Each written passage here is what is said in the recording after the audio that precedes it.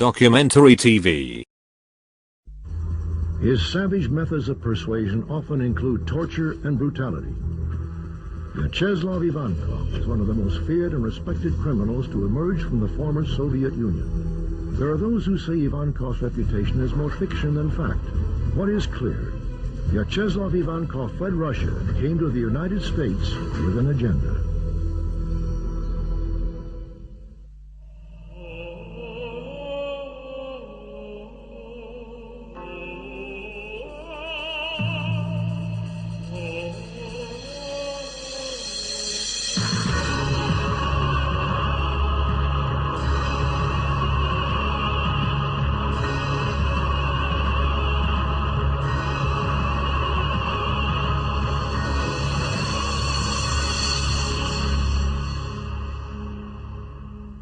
During the days of communist Russia, the government did not officially acknowledge the existence of organized crime. Racketeering was thought to be an American occurrence, giving Soviets a sense of pride. But towards the end of perestroika, a strange new phenomenon began to surface. Restaurants were blown up, people were gunned down in the streets. Rumors of a Russian mafia began to circulate throughout the Soviet Union and the world. In 1996, the U.S. government scored a major victory with the conviction of alleged Russian crime boss, Vyacheslav Ivankov. Vyacheslav Ivankov was born in the early 1940s in the Soviet Republic of Georgia. As a child growing up in Moscow, he resisted the rhetoric of communism and the reputed greatness of Stalin. Many of Ivankov's family members, including his grandfather, had suffered immensely under the ruthless dictator. Maturing into adulthood, Ivankov continued on the path of resistance, never accepting the legitimacy of communism. He excelled in sports and had a very successful amateur wrestling career. Eventually, he was crowned champion and attained a celebrity-type status among many Russians. He did not, for example, come up as part of some kind of street gang or adolescent gang or whatever. He was, from all outward appearances, a fairly typical, normal person who, after what he claims was getting involved in defending a woman's virtue, got arrested, and he was sent to jail. And it was then that he began to make contacts with fellow inmates in the jail, and this began to develop his sense of the possibilities in criminal activity. James Finkenauer is a professor of criminal justice at Rutgers University in New Jersey.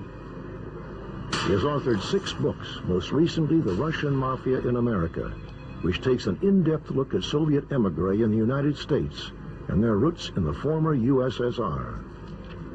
Vyacheslav Ivankov's nickname is Yaponchik. Yaponchik in Russian means little Japanese. As I understand it, the attachment of this nickname to him came about because his face has a certain Asian cast to it. Upon his release from prison, Ivankov began his life of crime, capitalizing upon the Soviet Union's thriving black market economy.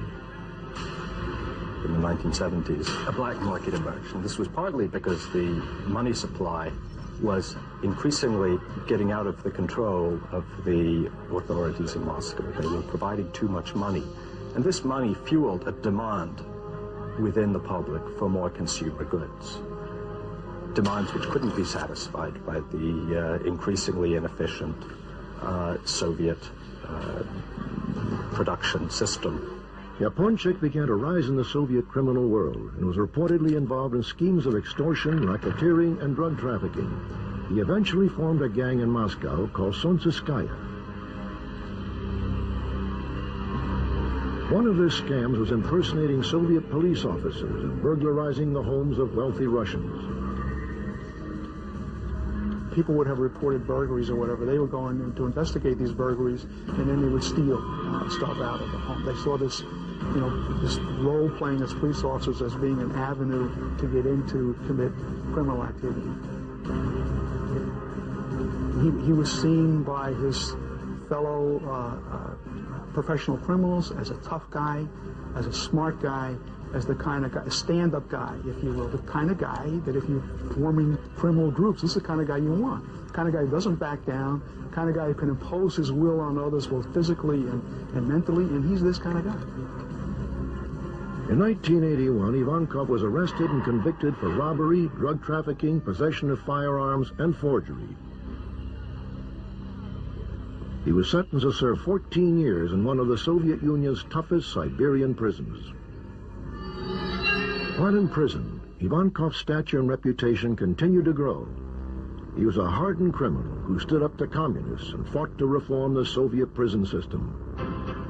Admired by other prison inmates, Yaponchik was elected to the status of Vor v Zakonia, or thief-in-law, a position held by an elite few professional criminals who are powerful, charismatic, persuasive leaders. These are professional criminals who reject any relationship or involvement with what they consider to be the establishment. They refuse to cooperate with the authorities in any way. They refuse to work. They refuse to participate in education. They just simply reject all formal status quo, initiatives, and they adopt a life of crime. Reject their family, family ties, all those kinds of things. Jim Moody is a former Deputy Assistant Director of the FBI Criminal Investigative Division. He spent nearly 30 years fighting organized crime and is believed to be the first FBI agent to officially visit the Soviet Union. Yaponchik was a thief-in-law. He went through the coronation ceremony. He had been serving a prison sentence in a Soviet prison for torturing and extorting individuals out of their money. So he was a great extortionist, and it was in Russia, and that's what we convicted for last time. Like his predecessors, Ivankov conducted business from prison. Reportedly, he fought for a more aggressive participation in drug trafficking and advocated a war against the Chechens and other gangs in order to break their drug monopoly. While Yaponchik was serving his time in prison, the Soviet Union was undergoing massive progressive reforms by its newly elected leader, Mikhail Gorbachev. Gorbachev's reforms in the 1980s were an absolute prescription of how to make an organized crime problem. I mean, the first thing he did the month he came into office was institute prohibition. And that allowed organized criminals to acquire 10% of the national revenues each year. There was an enormous amount of capital flight from Russia during these years, including money which belonged to the Communist Party, which disappeared into foreign bank accounts. In 1991, Ivankov was released from prison. In that same year, the curtain finally dropped on the Soviet Union, which signified the end of an era. The Federal Bureau of Investigation was informed by the Russian Ministry of Internal Affairs that Ivankov was sent by other Vori, or thieves, to the United States. His mission to take control and organize Russian criminal activities in America. But in order to better understand Ivankov, you must first understand the origins of Russian organized crime. An old Russian mafia leader once said, the Soviet communists were able to get rid of the bourgeoisie and the intelligentsia, but they could never, ever completely crack us. We had our own codes and our own individual way of collective living. We were for Russia, and not for communism.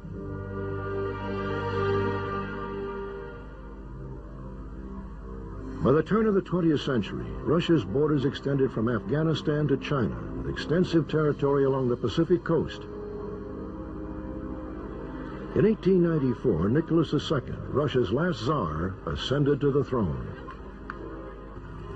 There has always been a great divide between the haves and the have-nots in Russia. After the Russo-Japanese War, Nicholas II was forced to make concessions to reformers, including the creation of an elected legislature called the Duma. With the industrialization of many Western cities, Russian workers began to organize into local political organizations, or Soviets, united under the Social Democratic Party. In 1912, the Social Democratic Party divided into two separate parties. The radical Bolsheviks led by Vladimir Lenin, and the more moderate Mensheviks. Russian organized crime was always, from the beginning of this century, very closely tied with the government. Veteran foreign correspondent Stephen Handelman spent 6 years in Moscow as a bureau chief of the Toronto Star. He is the author of Comrade Criminal, which takes a comprehensive look into post-Soviet organized crime. The early Bolshevik conspirators, the early Marxists, saw Russian crime groups, Russian gangs, as a model, in effect, for many of their proletarian organizations. One of the reasons was because of their very close hierarchical paramilitary structure. They were almost impenetrable to outsiders. They were very small groups, small cells, who were very effective in what they did. We know that both Lenin and Stalin saw value in using the early crime groups, early criminal societies, as a way of furthering their own cause. The Russian Revolution came about for one important reason, and that was the impact of the First World War, which led to enormous human and physical losses, which disorganized the political system, and which weakened the Tsar. Although the Bolsheviks had great support in Moscow and St. Petersburg, they were by no means in control of the country, which collapsed into civil war. Many of the early Russian crime groups began fighting against the early Bolsheviks, and they began operating in all parts of the country, harassing communist officials. After the death of Lenin in 1924, Joseph Stalin became dictator of the newly formed Union of Soviet Socialist Republics, or USSR. A decade and a half later, Vyacheslav Ivankov was born under Stalin's ironclad rule. Young Ivankov would suffer great family losses due to the strict totalitarian policies of Eastern Europe's most feared ruler. Today, you find some of the older veteran gangster leaders calling themselves the early dissidents. They were the real dissidents in the Soviet state because they actually felt that the communist system was anti-Russian, anti-God, just about everything they believed in. And they saw themselves as the real carriers of the Russian tradition. They themselves called the Vorovskoy Mir, which is the thieves' world. And it was a world of very small, tightly organized criminal groups which were brought together by a very strict and hierarchical code. The leaders of these groups, who were called thieves in law, which meant really thieves within their own law, they were called vori.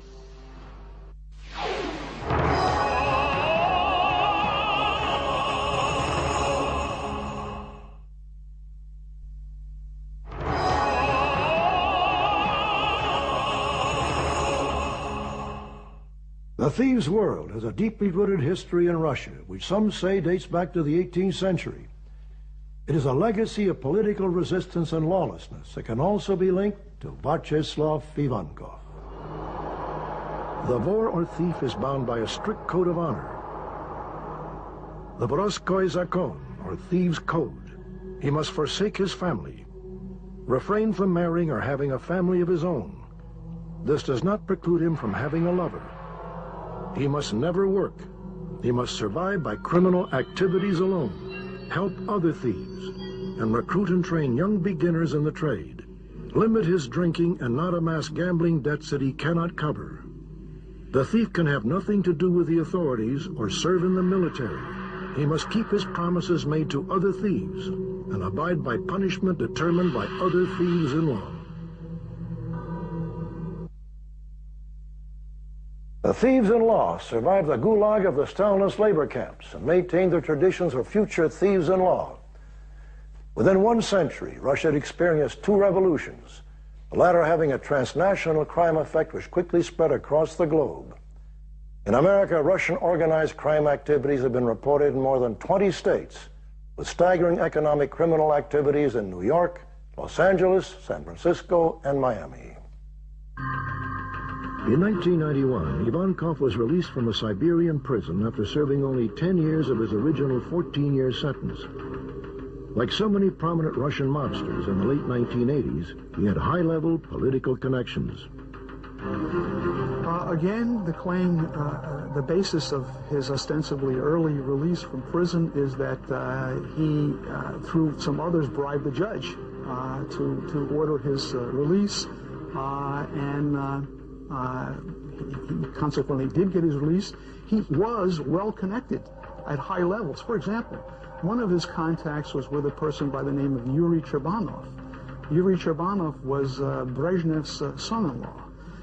Chebanov himself ultimately went to prison for being involved in various kinds of frauds and schemes in Uzbekistan. But it shows you that Ivankov is not a nobody, that Ivankov, because nobodies were associated with people like the son-in-law of the head of the Soviet Union. It has been reported that soon after Ivankov's release from prison, a meeting of major significance took place in a region called Vedensevo, outside of Moscow, in December of 1991.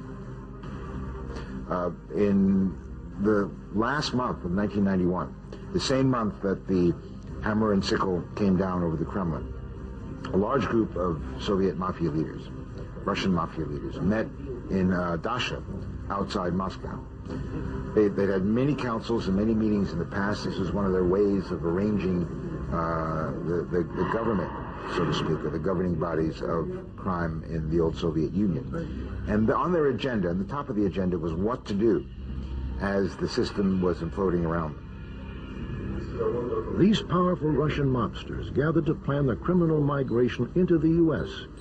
The individual allegedly chosen to organize the Russians' criminal enterprises in the United States was Russian high-ranking Vor Vyacheslav Ivankov. So in this meeting and over a series of other meetings in 1992, the early part of 1992, they began working out how to develop a new structure. But with this structure came conflicting interests for the first time among the various groups. By early 1992, Ivankov had entered the U.S. and settled in the Brighton Beach section of Brooklyn, New York. Brighton Beach houses one of the largest Russian communities outside of Russia's borders. Sometimes referred to as Little Russia or Little Odessa, it is frequently cited by the New York press as the hub of Soviet emigre organized crime. In the early part of the 80s, Brighton Beach in Brooklyn became a focal point for Russian immigration. Well, Brighton Beach is really the premier Russian community in the United States.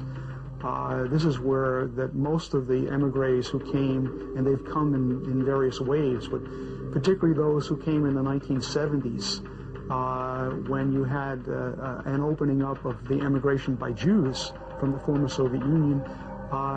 They would come typically to Kennedy Airport, and they would arrive at Kennedy Airport, and as has often been the case historically with emigres, they spread out within a narrow range of the port of entry into the country.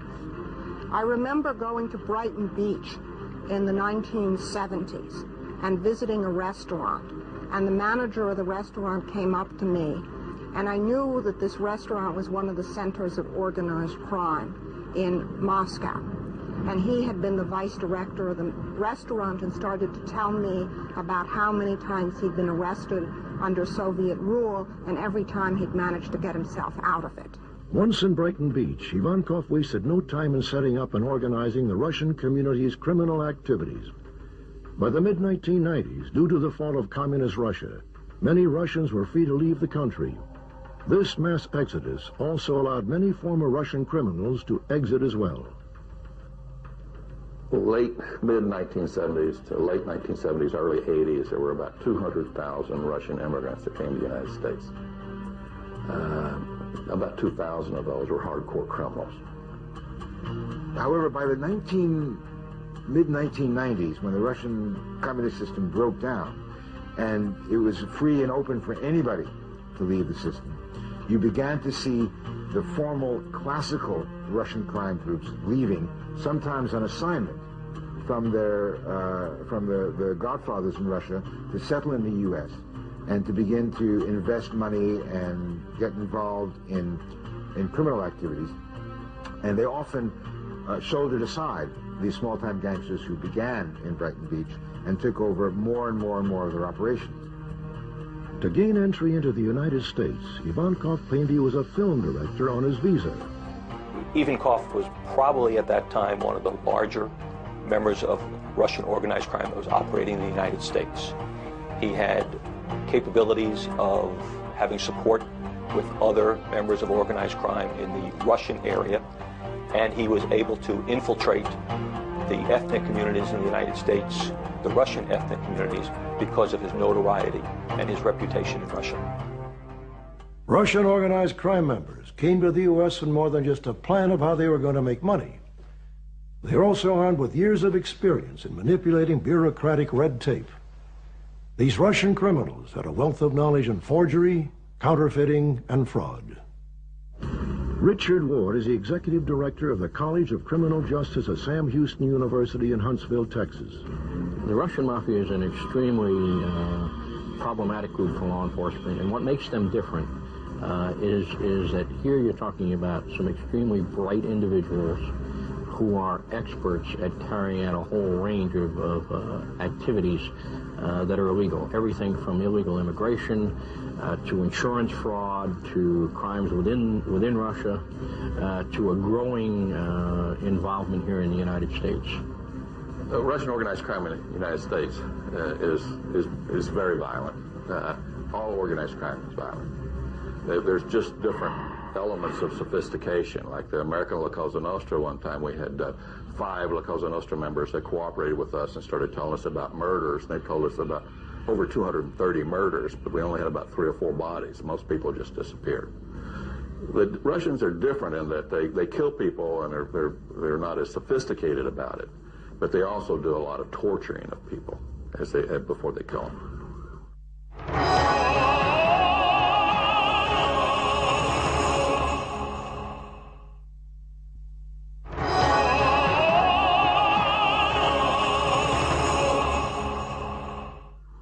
One of their most profitable and sophisticated schemes was so complex it confounded all but the highest levels of law enforcement. This scheme was called the Daisy Chain.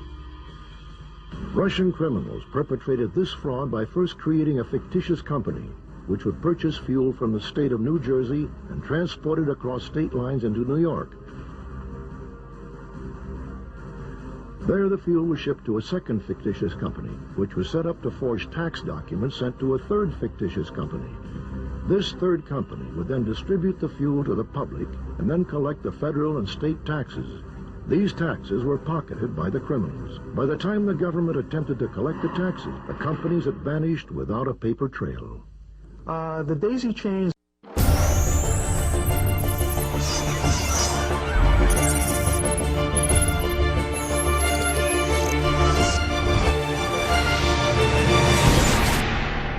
Documentary TV.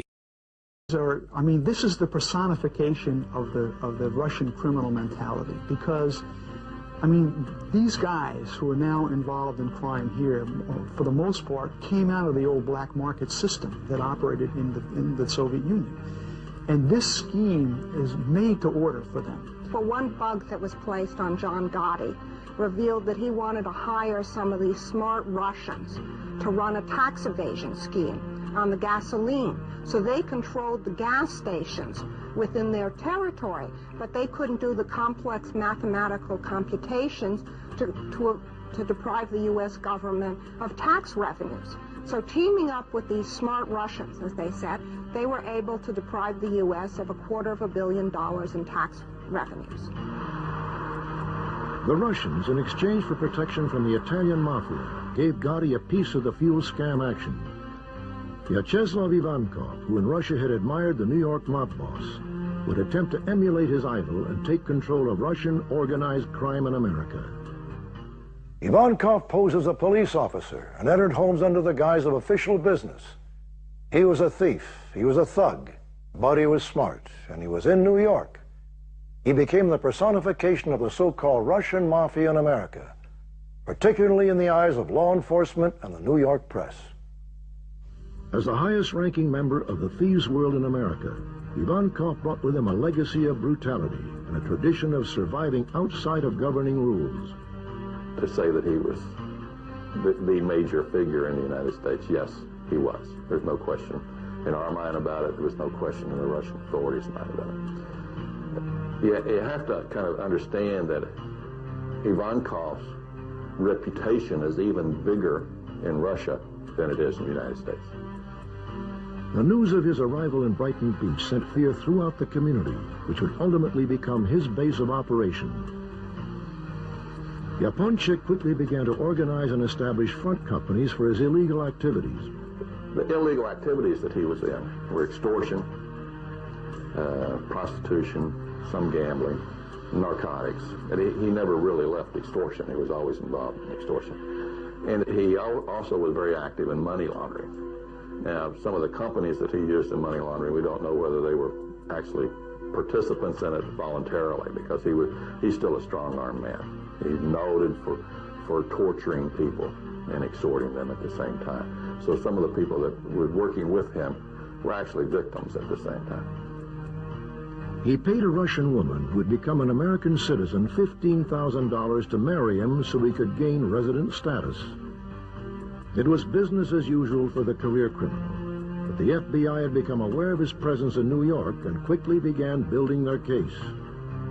Primarily, his base of operation was throughout the metropolitan area, New York City.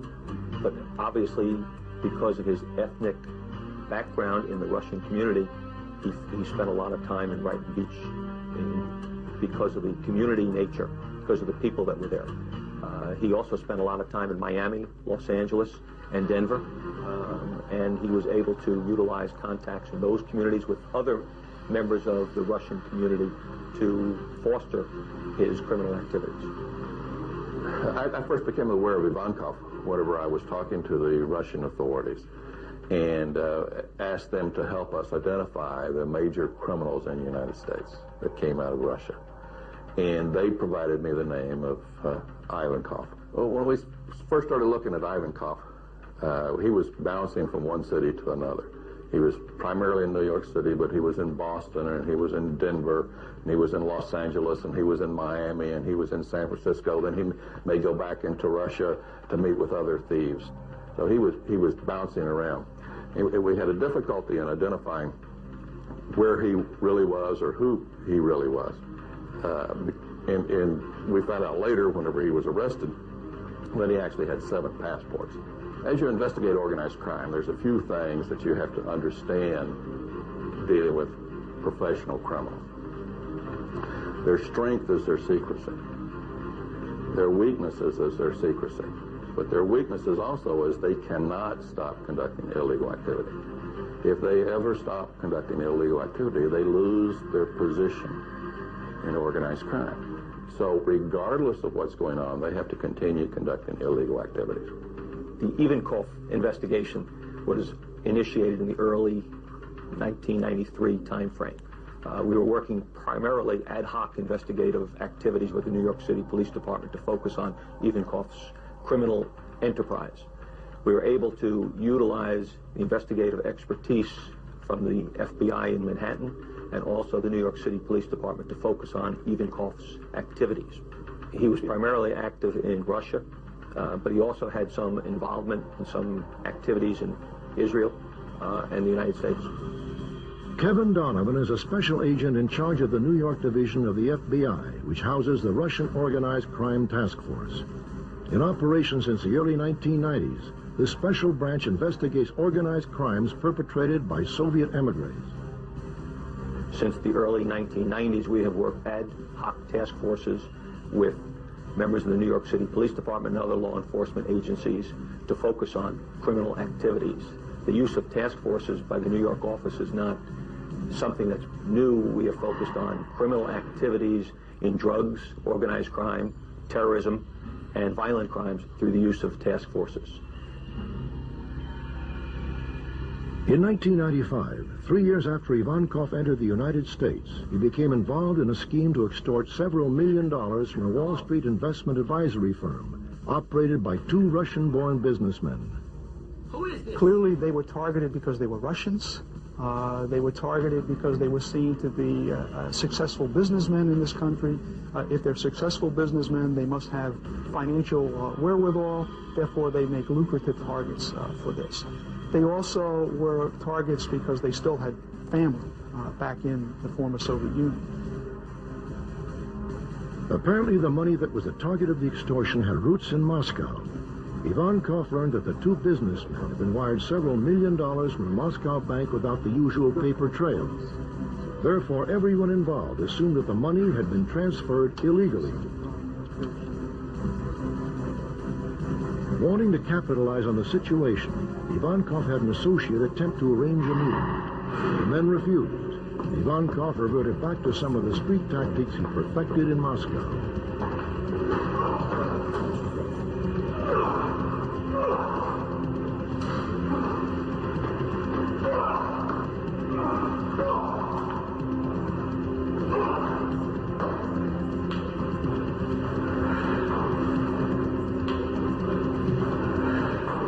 The father of one of the businessmen was beaten to death on a Moscow subway station platform. The murder has never been solved.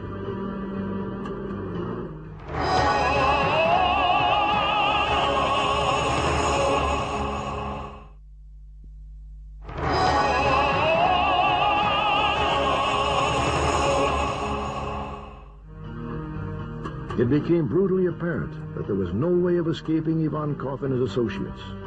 Or was there? We became aware of the scheme that he was involved in through the victims. The victims came forward, and as a result of the victims' cooperation, we were able to again engage in sophisticated investigative techniques to bring this case to a logical conclusion. From his cellular phone, Ivankov ordered his associate to set up a meeting with the two businessmen. The message was given, and the men submitted to paying him $3.5 million. Another Ivankov henchman then drew up the papers documenting the amount of money that was to be paid. Everyone agreed, and the papers were signed. A few days later, on June 8, 1995, Ivankov was charged with extortion. We hope to identify his entire organization and to develop a significant prosecution of them. And we really wanted to put him in jail for the rest of his life. In Russia, they don't have long prison terms. 20 years is a very long prison term. And the concept of life imprisonment is not known over there. However, we were unsuccessful doing that because of the investigation, the way the investigation went. We developed an extortion case on him, and we thought people were about to get killed. And to save their lives, we brought the case down early. The arrest of Ivankov sent shockwaves through the city and added to the growing fascination surrounding Russian organized crime in America. The reported Godfather's incarceration was a leading story in Moscow and generated in-depth television profiles on his criminal activities in Russia and abroad. Defense was so weak that they knew that if I was given a chance to speak, I would dispose all the lies. That's why they didn't let me speak. They not only didn't let me speak, but moreover, they authorized my defense to convince me to give up my right to speak. It's been a long time. I figured out it was a conspiracy against me. I was often interrupted. They did not let me deliver in full volume the body of facts in chronological order, so that I would prove that it was all falsified. It was a cynical and cruel crackdown on me. A professional criminal, an organized crime member, in a day-to-day basis is involved in illegal activity. He must maintain the conduct of his illegal activity on a day-to-day basis to maintain his position in the organized crime group. Consequently, if you go after him and target him, you will be able to identify the illegal activities he's in and develop evidence for successful prosecution. Mr. Ivankov has pled not guilty. We expect that we trust the jury, and we start the process today. Ivankov's case is a major case because it demonstrated the ease with which members of Russian organized crime families have been able to infiltrate the U.S. communities. We were able to focus on his criminal activities through the cooperative efforts of members of the community, other law enforcement entities throughout the United States and throughout the world. And we specifically were able to develop cooperation in this investigation with members of the NVD, the Royal Canadian Mounted Police, and other international entities that continue to allow us to track and focus on Ivankov's activities.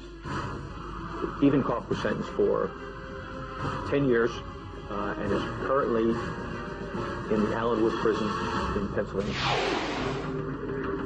Vyacheslav Ivankov's arrest and 1996 conviction is viewed as a significant victory in the fight against Russian organized crime.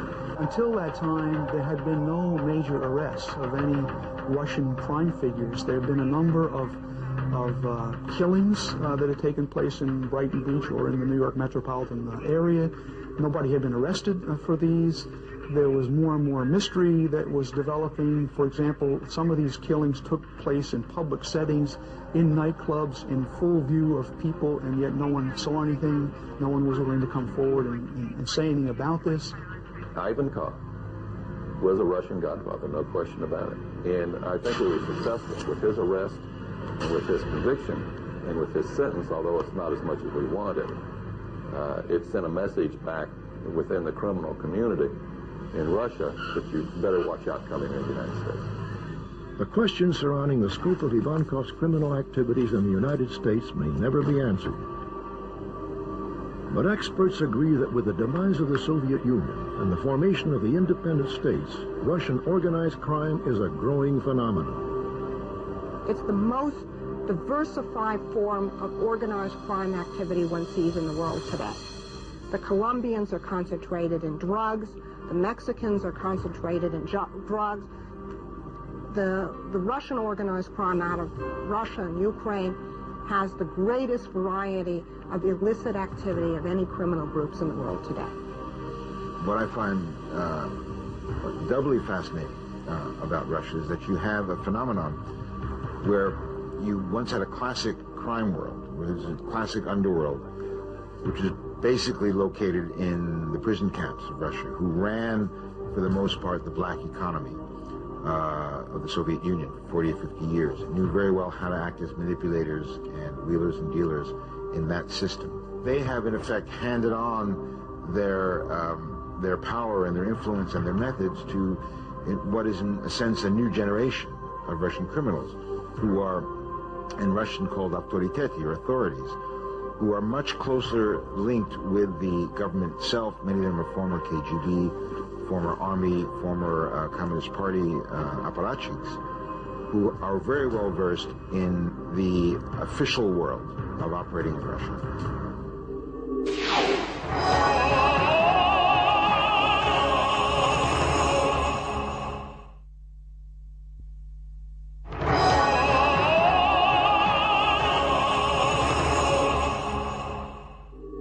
Handelman calls them comrade criminals because they have one foot in legitimacy while the other foot walks in the underworld that thrived in the shadows of communism. The Russians are particularly different than other mafia groups because they have a level of professionalism that really comes from their long record of being able to deal with a very difficult totalitarian system. They know how to get around it. They know how to get around the police. They know how to suborn and corrupt officialdom. And most of them are quite shrewd and intelligent businessmen. Part of the problem, as we've seen, is the laundering of Russian money into legitimate businesses and their criminal activity through legitimate businesses. What is especially pernicious for the former Soviet Union is that the money moves only out. In Italy, in Colombia, in Mexico, organized crime groups invest in the country, but they don't invest hardly anything in any of the countries of the former Soviet Union.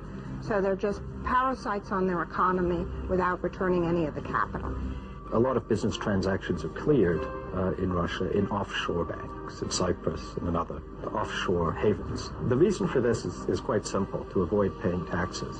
The mafia does this, but also perfectly public businesses, private businesses do so. In part it's illegal, but there are ways of using offshore havens which are not illegal. The reason is just straightforward profit maximization. If you pay less tax, you have more profits to keep. And that's essentially why some islands in the Mediterranean have been making so much money at the expense of the Russian economy. Post-Soviet organized crime is involved in all kinds of activities. You can find them in the construction industry in different parts of the world. That's one of the prime areas they've moved into to launder money. You can find them in the stock market. We just had a criminal convictions of organized crime manipulating stocks, which is sort of the most advanced side of organized crime activity that you'll see. There are just so many ways for organized crime to obtain huge amounts of money very quickly in an undeveloped, inexperienced banking system. There was always a Russian mafia. It's not like it's new. It's just that the breakdown, if you will, of the social structure, the breakdown of the economy offered opportunities for the organized criminal groups to take over. And they've taken over a whole large segments, if you will, of the economy. There isn't global law enforcement. That's the problem. And so therefore, there isn't an international law enforcement effort that is capable of addressing this problem. The United States is gearing up to fight organized crime, but they're dependent on dealing with the law enforcement of other countries. And sometimes these crime groups are committing their activities in 7 or 8 different countries simultaneously. It's impossible to keep track of a lot of Russian activities, the laundering of money from country to country, because much of what the Russians do is overtly legitimate, overtly legal, like many other transnational crime groups. Lately, law enforcement in America has had some success. It's been able to get into some of these groups, and they've been able to nab a couple of key leaders who've been operating in America. But it's still a very much of an uphill battle. To this day, Ivankov proclaims his innocence and believes that his arrest and subsequent conviction was a result of a conspiracy concocted by the FBI and the Russian government. They would never treat in the same way a representative of any other nation. My right for the final word was taken away from me. I tried several times to say something. My defense said no to that. But I was not given the right to through the restrictions of trial regulations. They tried to play on the side of Russia's secret services. My defense, who were American, played on the side of Russian secret services. They said, "We are Americans. Help us with this trial, and next time we will help you with what you need."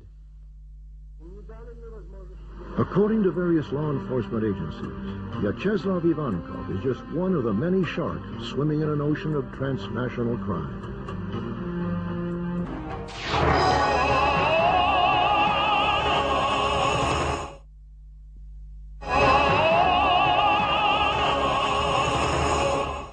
It is estimated that Russian organized crime is operating in 50 countries around the world. Well, I can hardly think of any place in the world that they don't operate. I mean, one of the things that they're extremely good at is operating in offshore islands in the Caribbean or the South Pacific that you may never even have heard of. The challenges facing law enforcement in dealing with organized crime really focus on communication, intelligence, and cooperation in the legal systems. We don't have an international court, criminal court, for example, so there's no place to take criminals, if you will. So jurisdictions change.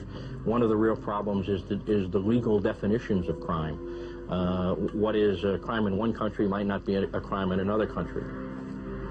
But according to author Stephen Handleman, the greater threat is to the stability of Russia itself. The one thing that has to be emphasized is that although Russians have come to the United States, Russian criminals have come to the United States in great numbers, this for them is not a major center. The United States for them is not a major center of operations. For them, it's a good place to bank. It's a good place to keep money in case things get really bad. but their interest and their attention is still focused on the power politics of Russia, where the fight for the spoils of the old Soviet system still goes on, and where people are still in a vicious fight for power and for economic control of Russia's resources. According to the Russian Ministry of Internal Affairs, roughly 2/3 of the Russian economy is under the sway of crime syndicates. Swiss banks are estimated to hold $10 billion of Russian organized crime money. Russia has truly become a superpower of crime, and Vyacheslav Ivankov is just one figure in a country riddled with criminals. I'm Robert Stack. Thanks for joining us.